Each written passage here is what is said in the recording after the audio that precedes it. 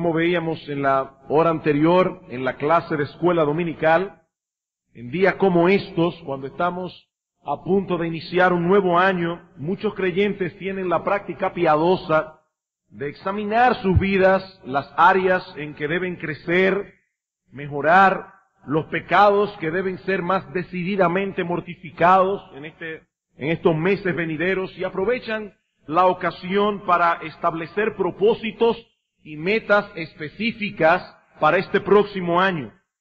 Pero en medio de esta tarea, que repito, es una tarea piadosa, es una tarea recomendable, pero cuando los creyentes se sientan a examinar su vida, a ver lo que fueron estos meses pasados, a establecer resoluciones para el año próximo, al escuchar todas estas resoluciones que Jonathan Edwards hizo en su vida cuando era apenas un joven de unos 20 años de edad, surgen muchos temores, interrogantes, ansiedad en nuestros corazones, al punto de que algunos nos cansamos antes de comenzar a correr. Cuando vemos las demandas de las Escrituras, las demandas de santidad que Dios pone delante de nosotros, pero al mismo tiempo contemplamos nuestras debilidades y pecados, nuestras tendencias a desmayar y a tropezar, nos preguntamos, ¿no estaré yo condenado a ser un cristiano mediocre y fracasado? ¿Existen realmente posibilidades de victoria para mí? Ese es el tema que el apóstol Pablo trata en esta última porción de su carta a los Efesios, que es providencialmente la que nos toca exponer en nuestra serie de sermones consecutivos en esta epístola. Y digo providencialmente porque pienso que el contenido de este pasaje es sumamente apropiado para el inicio de un nuevo año. Efesios capítulo 6, vamos a leer los versículos 10 hasta el 20, aunque en realidad solo estaremos estudiando hasta el versículo 13. Efesios capítulo 6, y vamos a leer los versículos 10 al 20. Dice el apóstol Pablo: por lo demás, hermanos míos, fortaleceos en el Señor y en el poder de su fuerza. Vestíos de toda la armadura de Dios, para que podáis estar firmes contra las acechanzas del diablo. Porque no tenemos lucha contra sangre y carne, sino contra principados, contra gobernadores, contra potestades, contra los gobernadores de las tinieblas de este siglo, contra huestes espirituales de maldad en las regiones celestes.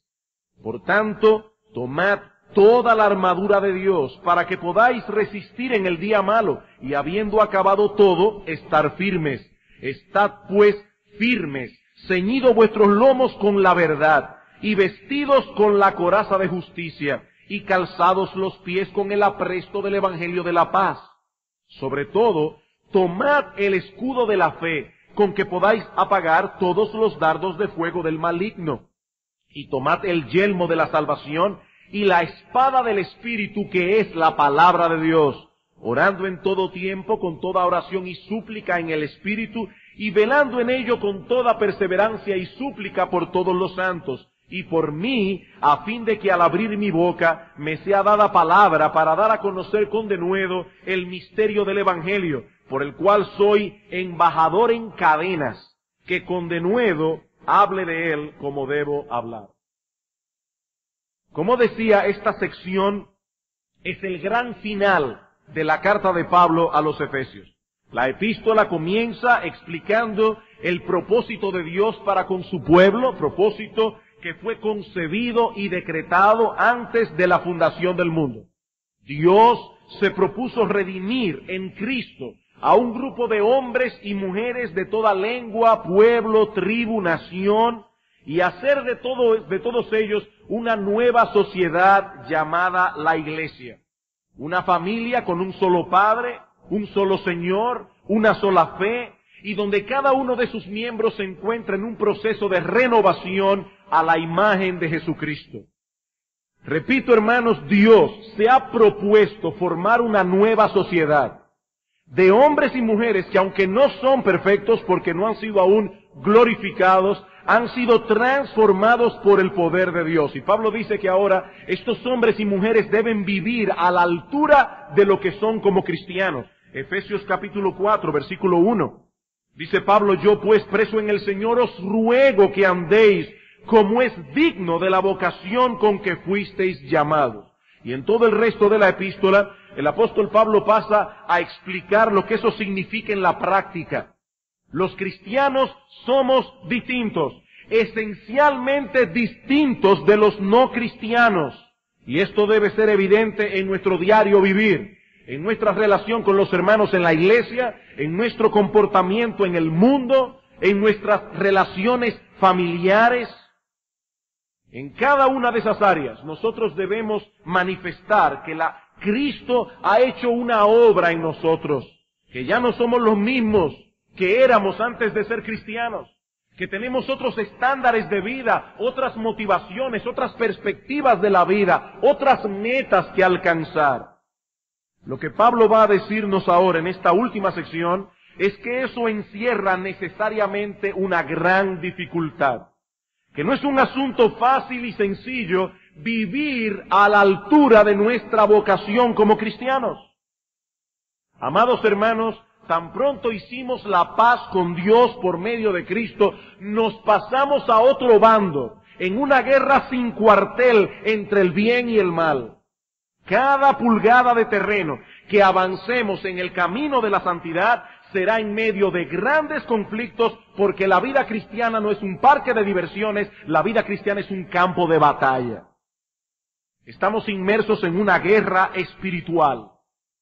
Pero como veremos en un momento, Dios nos ha dado las instrucciones y recursos necesarios para poder tener victoria en medio de esta guerra. Es de suprema importancia que los cristianos estemos apercibidos de esta lucha, de los recursos con los cuales contamos, del enemigo que estamos enfrentando. De lo contrario, hermanos, seremos presa fácil de las seducciones y de las tentaciones y los engaños del enemigo de nuestras almas. Y como decía, ese es el tema que vamos a tratar en esta mañana, en este primer culto del año 2002, la lucha del cristiano. Y para ello, quisiera que veamos en primer lugar la realidad de la lucha. La realidad de la lucha. Si hay algo que salta a la vista de inmediato cuando comenzamos a leer esta sección de la carta, son las figuras y metáforas militares que el apóstol Pablo usa para describir la vida del cristiano. Pablo está presentando aquí una batalla, una guerra espiritual a la que debemos ir con todo el equipo de combate. No con una parte, con todo el equipo de combate, con la parte defensiva y con la parte ofensiva. Hay un cuartel general con el que debemos permanecer en contacto todo el tiempo. Hay una armadura que debemos ponernos. Hay un enemigo que debemos conocer y que debemos resistir. El cristiano es un soldado en medio de una guerra. Hace unos años atrás tuve la oportunidad de ir con mi familia a un cementerio famoso custodiado por unos soldados y nos tocó presenciar la ceremonia del cambio de guardia. Y aquello fue tan impresionante, el uniforme de los soldados, los movimientos tan sincronizados, la ceremonia en sí mismo, todo era sumamente llamativo. Pero hermanos, una cosa es ver a un soldado bien vestido con su uniforme en una ceremonia como esa, y otra muy distinta es la realidad que estos hombres experimentan en el campo de batalla, sobre todo cuando tienen que enfrentarse con el enemigo cuerpo a cuerpo. Pocas cosas son tan horrorosas como la guerra. Y lo que Pablo está describiendo aquí no es a un soldado en un desfile militar. Lo que Pablo está describiendo aquí no es una parada militar que podemos observar en ciertos días especiales en el malecón, no. El apóstol Pablo está describiendo a un soldado en tiempo de guerra, en medio del campo de batalla. La vida cristiana es una guerra. Eso es lo que vemos una y otra vez en el Nuevo Testamento. En Romanos capítulo 13, versículo 14, el apóstol Pablo nos exhorta a vestir las armas de la luz.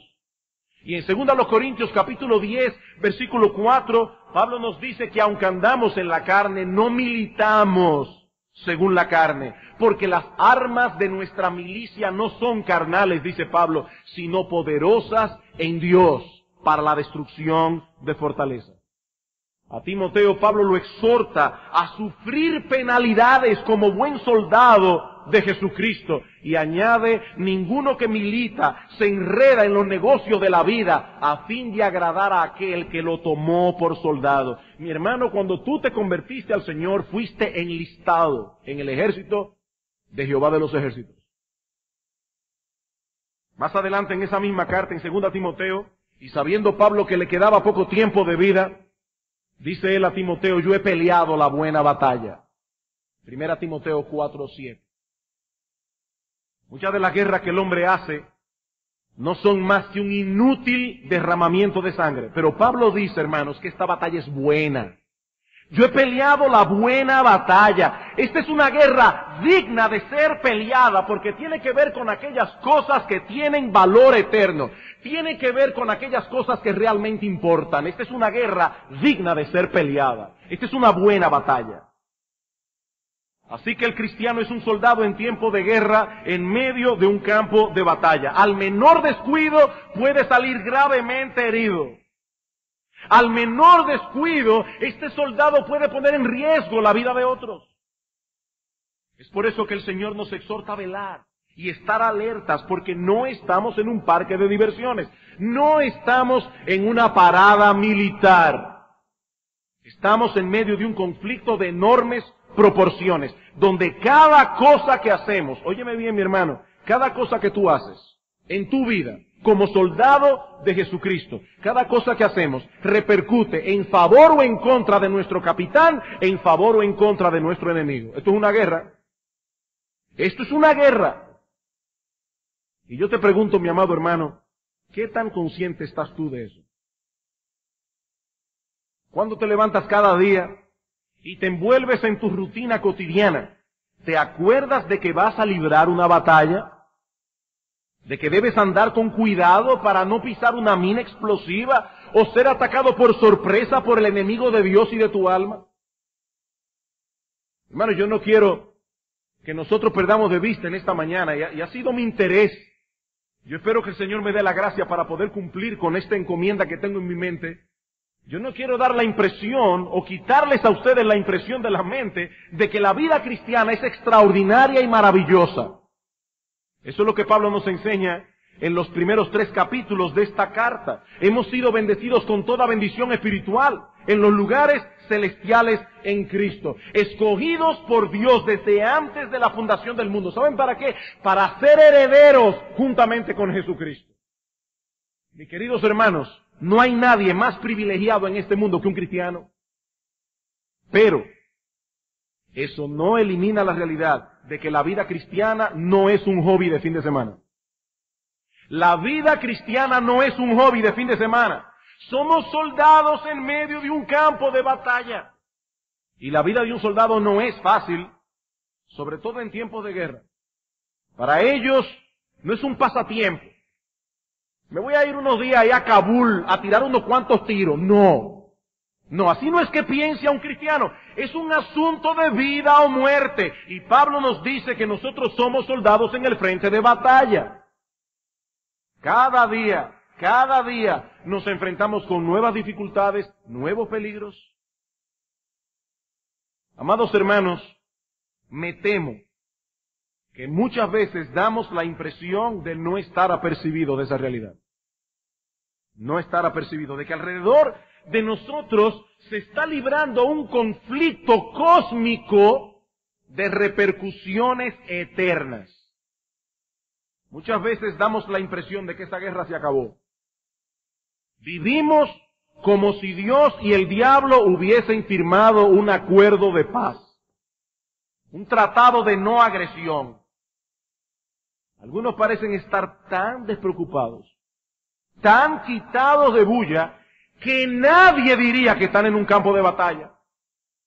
Así viven, así crían a sus hijos, como si no hubiera ningún peligro.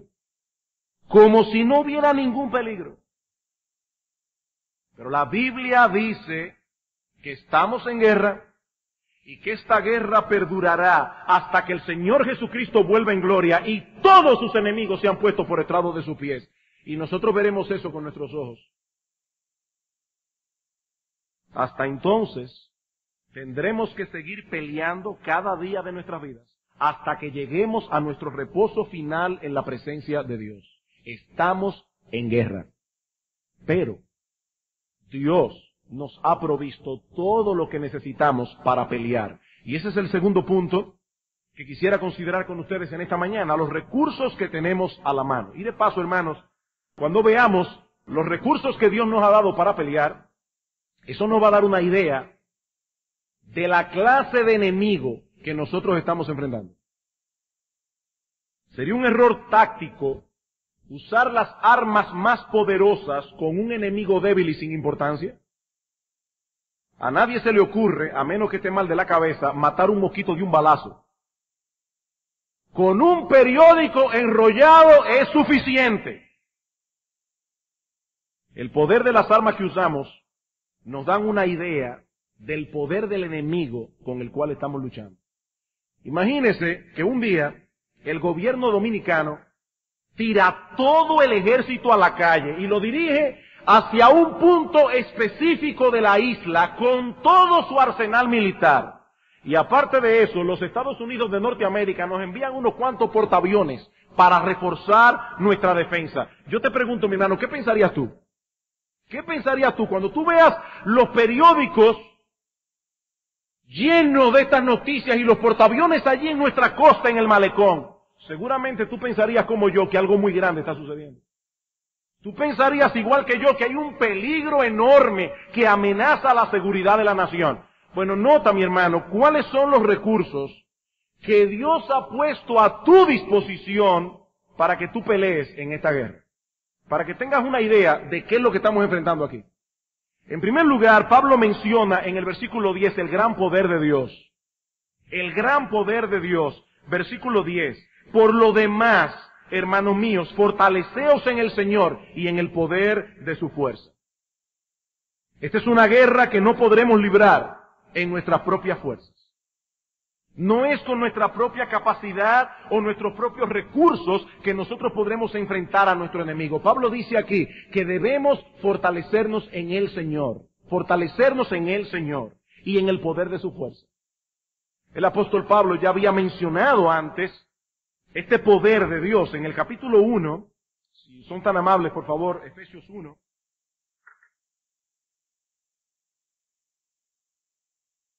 Pablo ora aquí y pide al Señor que los ojos del entendimiento de estos creyentes sean alumbrados. Pablo quería que estos creyentes conocieran algunas cosas. Dice en el versículo 18, para que sepáis cuál es la esperanza que los ha llamado y cuáles las riquezas de la gloria de su herencia en los santos y cuál la supereminente grandeza de su poder para con nosotros los que creemos, según la operación del poder de su fuerza, la cual operó en Cristo, resucitándole de los muertos y sentándole a su diestra en los lugares celestiales, sobre todo principado y autoridad y poder y señorío, y sobre todo nombre que se nombra, no solo en este siglo, sino también en el venidero. Pablo dice, yo quiero que ustedes conozcan ese poder que está disponible para ustedes. Y más adelante en el capítulo 3 encontramos otra oración de Pablo. Dice en el versículo 14, por esta causa doblo mis rodillas ante el Padre de nuestro Señor Jesucristo, de quien toma nombre toda familia en los cielos y en la tierra, para que os dé, conforme a las riquezas de su gloria, el ser fortalecidos con poder en el hombre interior por su Espíritu. Ese poder, dice Pablo, está a nuestra disposición. Así que, hermanos, aunque tenemos muy buenas razones para no descuidarnos en esta guerra, no tenemos razones para que el miedo nos paralice. Y aquí tenemos los dos extremos. Hay creyentes que viven como si el diablo no existiera. Y hay otros creyentes que viven paralizados por la existencia del diablo. No, ni una cosa ni la otra. No tenemos razón para que el miedo nos paralice. Tenemos a nuestra disposición el poder omnipotente de Dios, el mismo poder que resucitó a Cristo de los muertos y por el cual Él está sentado a la diestra de Dios, sobre todo principado, poder, autoridad y señorío. No existe nada ni nadie en todo el universo que sea más poderoso que nuestro Señor y Salvador. Nada ni nadie. Por eso Pablo dice en Filipenses capítulo 4, versículo 13, que todo lo podemos en Cristo que nos fortalece. Separados de Él, nada podemos hacer, pero todo lo podemos en Él. Él es todopoderoso. Así que, hermanos, no hay razón para vivir una vida cristiana derrotada y mediocre. No hay razón. La lucha es fuerte, el enemigo es cruel y poderoso, pero el poder omnipotente de Dios está a nuestra disposición. ¿Qué debemos hacer nosotros? Pablo dice fortalecernos en Él. Y eso implica al menos dos cosas. Dos cosas. Por un lado, implica que no vamos a confiar en absoluto en nosotros mismos. Mi hermano, no pretendas vivir la vida cristiana en tus propias fuerzas porque no podrás. No importa cuánto tiempo tengas en la fe. No importa cuánto conocimiento bíblico, doctrinal, teológico hayas podido acumular a lo largo de los años.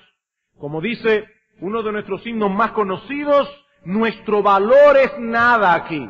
Con él, hablando de Satanás, todo es perdido. Nuestro valor es nada aquí. Y nunca es más débil un cristiano que cuando olvida eso. Nunca es más vulnerable un cristiano que cuando se cree fuerte. Cuando Cristo dijo al apóstol Pedro y a todos los discípulos que ellos lo iban a negar esa noche, Pedro estaba tan seguro de su amor y su fidelidad que él no podía concebir que él era capaz de hacer eso. Aunque todos te negaren, yo nunca te negaré. Yo nunca te traicionaría, Señor.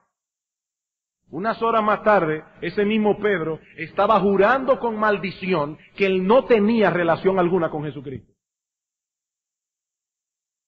Hermanos, si vamos a pelear bien esta batalla, tenemos que entender esto. En nuestras propias fuerzas no tenemos oportunidad alguna de ganar. Separados de mí, dice el Señor, nada podéis hacer. Nada. Es por eso que Pablo dice en 2 Corintios capítulo 12 que él se gloriaba en el hecho de ser un hombre débil y frágil. Él se gloriaba en eso. De buena gana me gloriaré más bien en mis debilidades. ¿Para qué? Para que repose sobre mí el poder de Cristo. Por lo cual, dice Pablo, por amor a Cristo, me gozo en las debilidades, en afrentas, en necesidades, en persecuciones, en angustias. ¿Saben por qué? Porque cuando soy débil, entonces soy fuerte. Cuando soy débil. Era la conciencia de su propia fragilidad que movía a Pablo a depender del Señor. ¿Había algún momento en que Pablo dejaba de ser débil? No, en todo momento él era débil, pero él tenía que tener esa conciencia para ampararse en la fuerza de Cristo. Por eso dice él, yo me alegro saber que soy débil, para que repose sobre mí el poder de Cristo. Hermanos, el enemigo que estamos enfrentando es demasiado poderoso, es demasiado astuto para nosotros. Pero no solo eso, no solo debemos reconocer nuestra propia debilidad, sino que activamente debemos depender de Cristo. Debemos reconocer que somos débiles, pero al mismo tiempo depender en todo de Cristo. ¿Y eso cómo se hace? Bueno, en cierto modo, a través de la oración. A través de la oración. Como bien ha dicho alguien, la oración de un cristiano no es un intento de forzar la mano de Dios, sino un reconocimiento humilde de impotencia y dependencia. Eso es la oración. Cuando un cristiano ora, él está reconociendo delante de Dios que él no puede con ese asunto. Yo no puedo, Señor, pero yo confío plenamente en el hecho de que tú sí puedes. Yo no puedo, pero tú sí. Yo no confío en mí, pero yo confío plenamente en ti. Esa es la esencia de la oración cristiana. Un reconocimiento humilde de impotencia y dependencia. Jerry Bridges, en El gozo de temer a Dios, dice, depender de Dios continuamente es orar continuamente. Por eso Pablo dice en 1 Tesalonicenses capítulo 5, versículo 17, que nosotros debemos orar sin cesar. Orar sin cesar. ¿Por qué? Porque a lo largo del día vamos a necesitar la asistencia de nuestro Dios. para poder manifestar el fruto del Espíritu en medio de cualquier situación que se presente, para tomar decisiones sabias, para resolver conflictos con otras personas, para hacer bien nuestro trabajo y hacerlo con una buena motivación. Hermanos, todo eso es imposible sin la ayuda de la gracia de Dios. Por eso, cuando un cristiano comienza el día sin haber buscado el rostro de Dios en oración, y luego se pasa el día, que tal vez encuentra un momentico por aquí para orar, y da gracias por los alimentos, y tal vez se acuerda de orar antes de acostarse, ese cristiano es un arrogante que piensa que puede enfrentar al diablo en sus propias fuerzas, o este pobre hombre ignora por completo los peligros que le acechan a cada instante.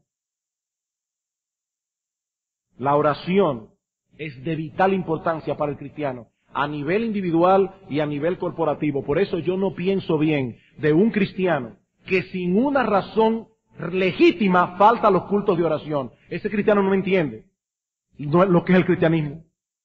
Le falta entendimiento. Este individuo no se da cuenta de la lucha cósmica que estamos peleando aquí.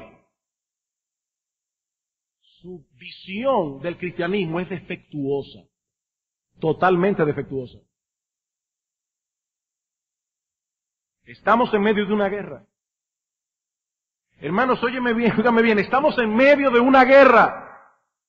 Y la oración, como bien ha dicho alguien, es el transmisor que nos comunica con el cuartel general para recibir consejo táctico y para recibir cobertura aérea. A veces los soldados se encuentran en el campo de batalla rodeados y tienen que comunicarse con el cuartel general. ¡Necesito cobertura aérea! Eso es la oración. Eso es la oración. Todos los recursos que necesitamos nos serán enviados al campo de batalla, pero si pedimos auxilio en oración. En oración. Mi hermano amado, si quieres seguir avanzando en tu vida cristiana, entiende que tú no podrás ganar una sola pulgada de terreno, a menos que sea a través de la fortaleza que Dios da en oración. La fortaleza de Dios. Pero hay otro recurso que Dios ha puesto a nuestra disposición y está estrechamente relacionado con este. La armadura de Dios. Versículo 11. Efesios 6:11. Dice Pablo, vestíos de toda la armadura de Dios para que podáis estar firmes contra las acechanzas del diablo. Vestíos de toda la armadura de Dios. Y hay un orden en el texto que no debemos pasar por alto. Noten que Pablo nos exhorta primero a fortalecernos en el Señor. Y luego nos dice que debemos vestirnos de toda la armadura de Dios. Ambas cosas son necesarias y en ese mismo orden. Debemos depender de Dios, pero eso no elimina la responsabilidad que tenemos de cultivar y poner en práctica todos esos elementos de la vida cristiana que nos permitirán enfrentar al enemigo eficazmente. Algunas personas creen que la confianza en Dios elimina totalmente nuestra responsabilidad en la lucha de la fe. Solo ríndete a Él. Solo ríndete. Deja que Él actúe. Ahora yo me pregunto, ¿eso qué significa realmente? ¿Eso qué significa? ¿Acaso no tenemos nosotros la responsabilidad de mortificar nuestros pecados? ¿No somos nosotros quienes tenemos la responsabilidad de crecer en la gracia y en el conocimiento de nuestro Señor Jesucristo? ¿No somos nosotros los que debemos huir de las tentaciones? Tenemos una responsabilidad que debemos cumplir, solo que no podremos llevarla a cabo en nuestras propias fuerzas. Ambas realidades deben actuar juntas en la vida cristiana. Dependemos de Dios, pero eso no elimina nuestra responsabilidad. Vestíos de toda la armadura de Dios, dice Pablo. Y en el versículo 13, tomad toda la armadura de Dios. Eso debes hacerlo tú, nadie lo va a hacer por ti. En dependencia de Dios, pero debes hacerlo tú. Cada una de las piezas de esta armadura es importante, como veremos este próximo domingo, si el Señor así lo permite. cada una de las piezas. Y nosotros debemos ponérnoslas todas, una por una. Así que Dios no nos ha enviado al campo de batalla con las manos vacías. Todo el poder que necesitamos, todo el consejo táctico, toda la cobertura aérea, toda la armadura, todas las municiones, Dios nos las ha provisto. Todas. Y en abundancia. Nunca vamos a llamar al cuartel y van a decir, mira, ya no hay más. Se acabó la gracia de hoy. A veces usted va con su tarjeta de cajero cash y si ha estado retirando mucho con la tarjeta, le sale un letrerito que dice, usted agotó su recurso de hoy, usted agotó su cuota de hoy. Bueno, mi hermano, cuando usted se convirtió le dieron una tarjeta cajero cash. Y usted va al cielo y la mete allí y nunca va a agotar su cuota diaria. Nunca. Usted puede pedir y pedir y pedir y pedir todas las municiones, todas las armas, todo el consejo táctico que usted quiere y se le va a dar. Todo. El enemigo que enfrentamos es muy poderoso. Pero el Dios que tenemos a nuestro lado es todopoderoso. Por eso no hay razón, ni para paralizarnos, ni para ser unos mediocres. No hay razón. Y eso nos lleva de la mano a nuestro tercer encabezado. ¿Cuáles son esos enemigos? Los enemigos que enfrentamos. Como yo les decía hace un momento, cuando uno contempla los recursos que Dios ha puesto a nuestra disposición, uno se da cuenta de que el enemigo debe ser muy poderoso. Pero el apóstol Pablo no nos lo deja a la imaginación. El apóstol Pablo, en una forma clara, identifica quién es, o para ser más preciso, quiénes son. Pues son varios, son más de uno. ¿Quiénes son nuestros enemigos? Noten el versículo 11 otra vez. Vestíos de toda la armadura de Dios, para que podáis estar firmes contra las acechanzas del diablo. Ahí está, el diablo. Y es obvio que cuando Pablo habla del diablo, se refiere a un ser personal, no simplemente a un principio abstracto de maldad, no. Pablo está hablando de un enemigo que se opone a los cristianos y que emplea métodos astutos para vencerlos. Esa es la idea de la palabra que Reina Valera traduce como acechanzas. Es la palabra griega metodías. ¿De dónde viene nuestra palabra metódico? El diablo no ataca a tontas y a locas. Él tiene un plan conforme al cual actúa para hacernos caer. Él tiene un plan con cada ser humano, con cada uno. Óyeme bien, mi amigo, si tú no eres cristiano, el diablo tiene un plan para ti. Y tú crees que tú eres libre. Y tú crees que eres tú quien estás rechazando el evangelio. Y eres tú. Pero el diablo te está poniendo los recursos en bandeja de plata para que tú sigas hundiéndote más. El diablo tiene un plan contigo, óyeme bien. Y él no ataca a tontas y a locas. Es el diablo, mi amigo, quien te ha llevado a ti al punto donde tú estás hoy. Es el diablo que lo ha hecho. Es el diablo que ha endurecido tu corazón contra el evangelio. Es el diablo que te ha hecho rechazar la vida eterna. Es el diablo, mi amigo, no es otra cosa. Él tiene un plan para ti. Él no actúa a tontas y a locas. Tiene un plan para hacernos caer, para extraviarnos doctrinalmente, para que hagamos tropezar a otros, para que dividamos la iglesia, para que no seamos efectivos en nuestro testimonio de la gloria de Dios y del Señor Jesucristo. Muchas personas hoy día niegan la existencia del diablo. Aunque el hombre siempre va de un extremo a otro, también les gusta en el otro extremo coquetear con el ocultismo. Y hoy día se está coqueteando mucho con el ocultismo. No es pura casualidad que esa película de Harry Potter haya tenido el efecto que ha tenido. Leí en estos días que el sumo sacerdote de la iglesia de Satanás en Salem, Massachusetts, dice Harry Potter es un enviado divino. Dice que ellos han recibido ahora tantas peticiones de jóvenes que quieren entrar a la iglesia de Satanás, producto de haber visto la película de Harry Potter. Eso no es un juego. Si usted va a ir a ver esa película, infórmese bien antes. Infórmese bien antes. No exponga a sus hijos a estas cosas. Y hay varios panfletos que andan por allí que pueden ser de gran ayuda para hacer un examen concienzudo y objetivo del peligro que está detrás de los libros y la película de Harry Potter. Y es algo que nosotros debemos examinar sin apasionamientos, con objetividad. Solo estoy diciendo, miremos bien, abramos nuestros ojos. Hay una propaganda a favor del ocultismo, fuertemente, y están tratando de enrolar a nuestros hijos cuando todavía no tienen criterio para diferenciar. Hay muchos cuentos de hadas que tienen brujas y todo eso. El problema con la película de Harry Potter es que es una película que se desarrolla en el tiempo real. Es un libro que habla de un joven en el mundo real, no es un cuento de hadas. Y esta autora, Rowland, se encargó de buscar en muchos libros para que toda la información que ella pone ahí es verdadera. Es decir, los embrujos que aparecen allí son verdaderos, son reales.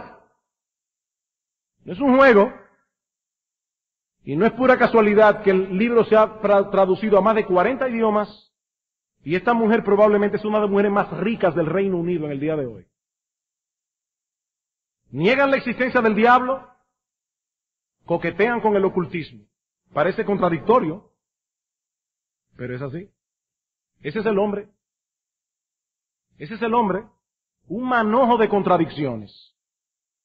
Para la Biblia, la palabra infalible de Dios nos dice con toda claridad que existe un ser que se llama Diablo y Satanás, que era un ángel poderoso que se llenó de orgullo y de soberbia hasta el punto de rebelarse contra Dios.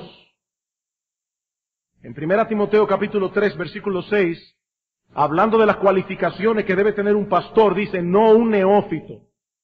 No sea que envaneciéndose caiga en la condenación del diablo. Envaneciéndose. El diablo se envaneció, se llenó de orgullo, se rebeló contra Dios y arrastró consigo a toda una hueste de ángeles que se convirtieron en demonios. ¿Qué tan poderoso es un ángel? Bueno, la Biblia dice que uno solo fue suficiente para matar 180,000 asirios en una noche. Uno solo. El diablo no es omnipresente. Él no puede estar en todo lugar a la vez, pero él tiene toda una hueste espiritual de maldad bajo su mando. Dice en el versículo 12, porque no tenemos lucha contra sangre y carne, sino contra principados, contra potestades, contra los gobernadores de las tinieblas de este siglo, contra huestes espirituales de maldad en las regiones celestes. En las regiones celestes, toda esta atmósfera donde nosotros vivimos está plagada de demonios. Si usted me ve como un personaje salido de la Edad Media, eso no es mi problema. Yo estoy simplemente predicando lo que dice la palabra de Dios. Y tú que no eres cristiano estás a merced de ellos. A merced de ellos. Nuestra lucha no es contra sangre y carne. Si los creyentes recordaran esto, más a menudo, no se enredarían tanto en controversias y pleitos con otras personas. Tus verdaderos enemigos, mi amado hermano, no son aquellos que tú ves con tus ojos. No. ¿No es tu cónyuge inconverso? ¿No es ese compañero de trabajo o de universidad que te vive criticando porque tú eres cristiano? Y mucho menos somos nosotros los hermanos de la iglesia. Nosotros no somos tu enemigo. No te pierdas. Muchas veces Satanás y sus huestes usarán a personas de carne y sangre para atacarnos y molestarnos. Pero nosotros debemos ver más allá. Debemos ver la batalla que se está librando en este mismo momento entre el reino de la luz y el reino de las tinieblas. No te dejes engañar, mi hermano. Si tienes algún problema con un ser humano de carne y hueso, igual que tú, recuerda, nuestra lucha no es contra sangre y carne. Es contra principados, potestades, contra los gobernadores de las tinieblas de este siglo, contra huestes espirituales de maldad en las regiones celestes. Ellos son los que nos ponen resistencia para que no andemos como es digno de nuestra vocación, para que no seamos consecuentes con nuestra fe al interactuar con nuestros hermanos en la iglesia, al tratar con las cosas del mundo, al relacionarnos con nuestra familia, con nuestro cónyuge, con nuestros hijos, con nuestros padres. Es en ese terreno que se libra la batalla espiritual de la que Pablo habla aquí.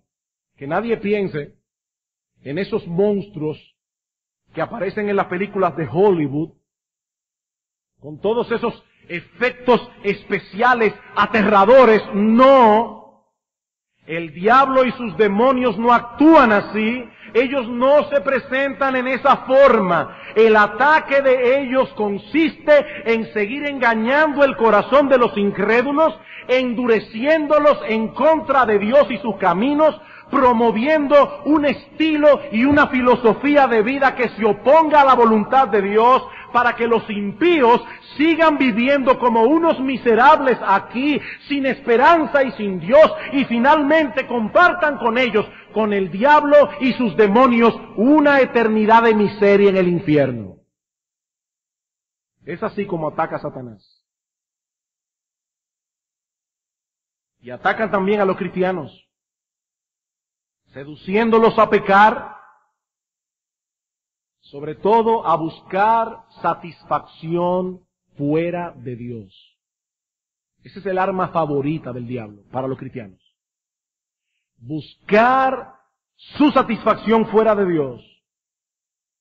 Así fue como el diablo tentó a Cristo en el desierto, así es como nos tienta a nosotros cada día, para hacernos ineficaces, para que tengamos una conciencia culpable, para robarnos el gozo de nuestra salvación, para que seamos una mala recomendación de nuestra fe. Es por eso que debemos fortalecernos en Dios y ponernos toda la armadura que Él ha provisto. No es con cualquier enemigo que estamos peleando, sino con un ser maligno, perverso, con mucho poder y mucha experiencia tentando a los hombres. Mucha experiencia. Un ser que odia a Dios y odia a su pueblo con un odio total y absoluto. A veces uno ve en la película ciertos caracteres de personas que cuando son malas, son malas. Y cuando son buenos, son buenos. Y la vida no es así. La vida no es así. La vida es real. Pero el diablo sí es así. El diablo odia a Dios. Odia la felicidad de las criaturas de Dios. Con un odio total y absoluto. Si hay algo que le molesta es ver a una criatura de Dios gozando la vida. Lo que se llama gozar la vida. Si hay algo que le molesta al diablo, es ver a una criatura de Dios gozando lo que Dios hace. Gozando a Dios. Al diablo le molesta eso. En Satanás y sus demonios no hay una pizca de amor, no hay una pizca de bondad hacia nadie. Ni siquiera para los que son suyos. Ni siquiera para los que son suyos. Cristo dice de él que él es mentiroso y homicida desde el principio. El diablo miente para destruir. Miente para destruir. Él es un mentiroso. Él ofrece lo que no puede dar. Y disfraza su anzuelo para que el hombre no pueda ver el desastre que le vendrá a su vida cuando lo muerda. Él es mentiroso y homicida. Y yo me pregunto, hermanos, ¿cómo podremos enfrentar un enemigo así sin la gracia de Dios? ¿Cómo podremos? No podemos. Pero yo no quiero concluir dejando en todos ustedes una nota de alarma y de terror. Porque Pablo nos deja más bien en el texto una nota de victoria. Y ese es mi último punto que veremos más brevemente, la victoria en medio de la lucha. Es fuerte la lucha, es constante y peligrosa. Pero Pablo nos dice aquí que los cristianos no solo podemos ponerle resistencia al diablo y a sus demonios, sino que podemos avanzar en medio de la batalla. Noten el versículo 11. Vestíos de toda la armadura de Dios para que podáis estar firmes contra las acechanzas del diablo. Y en el versículo 13, por tanto, tomad toda la armadura de Dios para que podáis resistir en el día malo. Y habiendo acabado todo, estar firmes. Podemos resistir, podemos permanecer firmes, dice Pablo, siempre y cuando nos fortalezcamos en Dios y nos pongamos su armadura. El día malo que Pablo menciona en el versículo 13 es probablemente esos momentos críticos en nuestras vidas cuando Satanás y sus huestes nos atacan con más intensidad.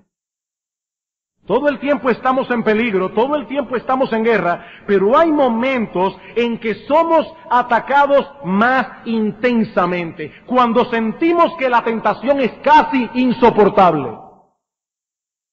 Y yo me pregunto si todos los cristianos que están aquí no pueden decir, sí, pastor, yo sé lo que es el día malo. ¿Qué cristiano no sabe lo que es el día malo? Por experiencia. Eso fue lo que sucedió con Job. El diablo no tentó a Job por primera vez cuando le pidió permiso a Dios. No, Job había luchado con el diablo muchísimas veces en su vida, pero le llegó el día malo. Y Dios, en el misterio de la providencia divina, le dio permiso a Satanás para entrar a Job en ese día malo. Y lo mismo sucedió con los discípulos la noche antes de la crucifixión. Cristo dijo a Pedro, Pedro, Satanás os ha pedido para zarandearos como a trigo. El problema es que nosotros no sabemos cuándo va a llegar el día malo. Y por eso es que Pablo dice, estad siempre preparados.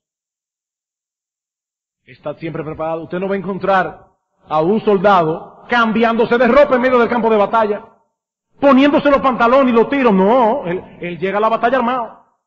Bueno, dice Pablo, hay que tomar la armadura antes porque no sabemos cuándo llegue el día malo. Hay que fortalecerse en Dios antes. No sabemos cuándo es.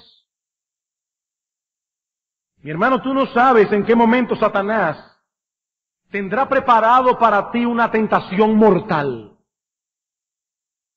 Por eso es que nuestro Señor Jesucristo nos advierte que debemos velar y orar. Ahora noten que Pablo dice aquí que aún en el día malo los creyentes pueden resistir y estar firmes. Aún en el día malo, siempre y cuando nos amparemos en el poder omnipotente de Dios y nos pongamos la armadura de Dios, pieza por pieza.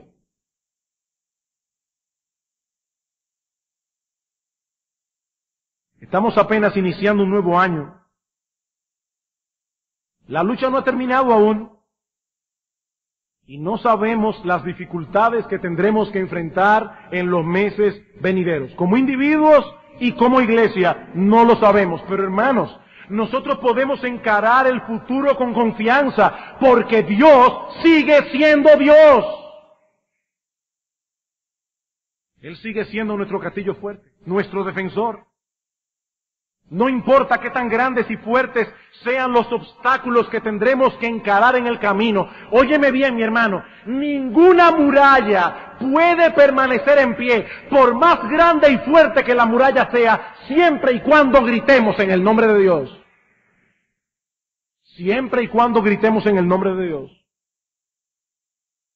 Sigamos avanzando en el campo de batalla, con el escudo para defendernos, con la espada del Espíritu para atacar, porque todavía tenemos mucho terreno que conquistar, mucho terreno.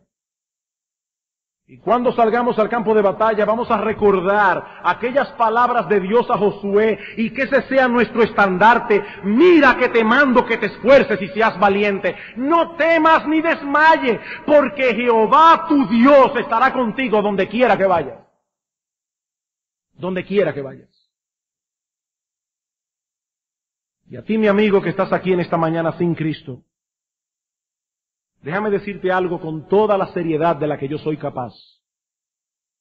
Ese ser maligno y cruel que no tiene una pizca de amor y de bondad, es tu Padre, es tu Señor, Es tu rey y tú compartirás tu suerte con él en el infierno por los siglos de los siglos, a menos que te arrepientas de tus pecados y te traspases al bando de nuestro Señor Jesucristo. Y eso es una verdad tan sobria, tan sobria.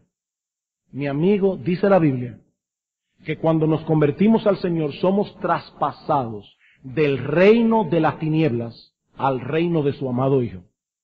Hasta que no te arrepientas de tus pecados y vengas confiado en la obra que Cristo hizo en la cruz del Calvario, entregándole a Él tu vida, tú perteneces al reino de las tinieblas. El diablo es tu padre, el diablo es tu señor, el diablo es tu rey. Y con el diablo compartirás tu suerte en el infierno por los siglos de los siglos, hasta que te arrepientas de tus pecados ahora. Porque después de esta vida ya no hay oportunidad.